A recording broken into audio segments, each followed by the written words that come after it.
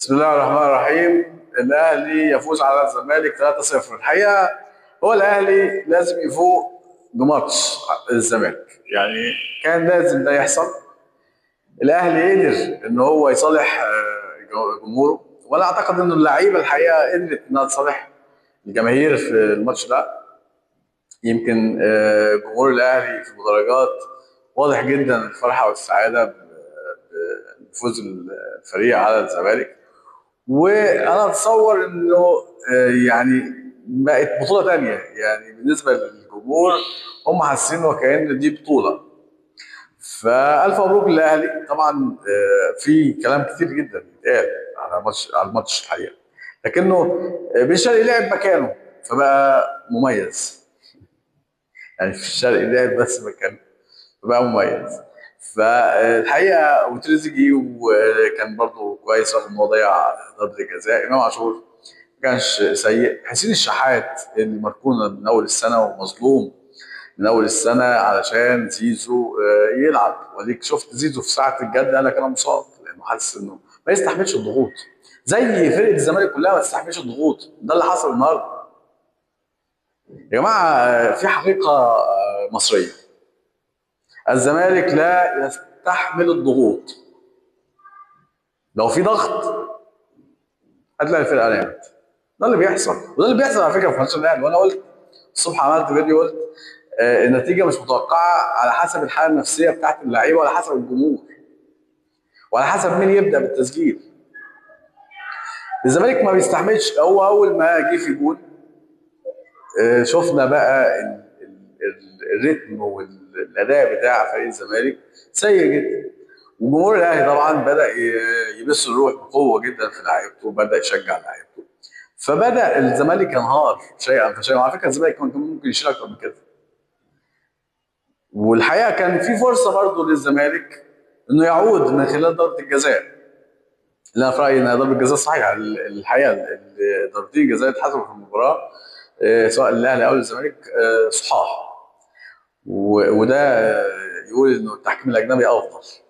يعني لو حكم مصري والله لا كان حسب دي ولا كان حسب دي. يعني مستحيل لا دي تتحسب مع حكم مصري ولا دي تتحسب مع حكم مصري. لكن حكم اجنبي استطاع ان هو الحقيقه يدير المباراه بشكل رائع، والافضل هو اللي فاز. انا رايي انه الاهلي كان افضل بكتير جدا جدا جدا من الزمالك.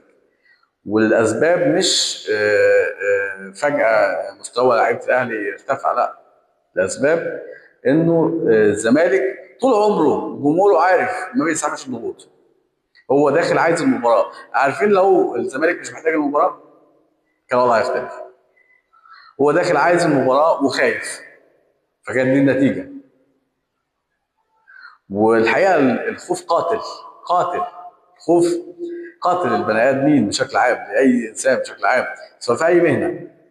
فالزمالك الحقيقه ده اللي خلى اداؤه بالشكل ده، وده اللي خلى الاهلي ركب الجيم من اول دقيقه لغايه اخر دقيقه. الاهلي هو الافضل من اول دقيقه لغايه اخر دقيقه. الف مبروك للاهلي والف مبروك لجمهور الاهلي. واتمنى انه الفوز ما ينسيهمش الاخطاء اللي موجوده في الفريق والمشاكل اللي موجوده في فريق الاهلي، لانه في مشاكل يا جماعه. يعني ما نضحكش على نفسنا. الماتش ده مش مقياس لاي شيء. ده مجرد ماتش، يعني مش اكتر من كده. فانت ما تجيش تقول لي اصل انا فزت على الزمالك انا بقيت كويس. لا، انت فزت على الزمالك فدي بدايه العوده وبرافو، واحنا متشكرين جدا للعيبه. لكن دي مش معناها ان الاهلي عاد بقوه ونقعد نهلل ونشوف ايه الصفقات. لا، لا، الاهلي محتاج وقفه مع الذات، ومحتاج مراجعه، ومحتاج تطوير، ومحتاج مدرب. لسه المدرب عنده مشكله، ولسه مدرب الاهلي ما ينفعش يكمل معاه. فده رايي الحقيقه. الف مبروك للاهلي والف مبروك لجمهور الاهلي. ونتمنى التوفيق في اللي جاي للاهلي ولجمهوره. ونتمنى الزمالك ما يتاثرش معنويا وينهار كالعاده. نبص نلاقي الماتش الجاي برضه الزمالك يحصل مشكله مع في ماتش سموحه ويتعادل او يتغلب. لانه ده هو الاهلي مش هياخد الدوري. بس لو حصل تاثير معنوي كبير على لعيبه الزمالك وعلى الزمالك بسبب ماتش الاهلي. غالبا بيراميدز هو اللي هياخد. فنتمنى انه يعني عشان الجماهير، لان جمهور الزمالك الحقيقه يستحق بطوله هذا العام يعني. والحقيقه برضو برافو جمهور الزمالك اللي فضل يشجع فريقه من اول دقيقه لغايه اخر دقيقه، وحتى بعد المباراه ما خلصت والفريق مغلوب 3-0 قال بنروح بالدم الدوري مش هيروح. فبيشجع لعيبته بيقول لهم نكمل، يعني بغض النظر عن اللي حصل او انه في خساره لكن نكمل. الف مبروك للاهلي وهارد لك للزمالك، واتمنى انه اللاعب المصري ما يبقاش يعني ضعيف نفسيا، ويبقى التاثير عليه نفسيا ما بين ماتش وماتش وما بين لعبه ولعبه يبقى بالشكل القوي ده.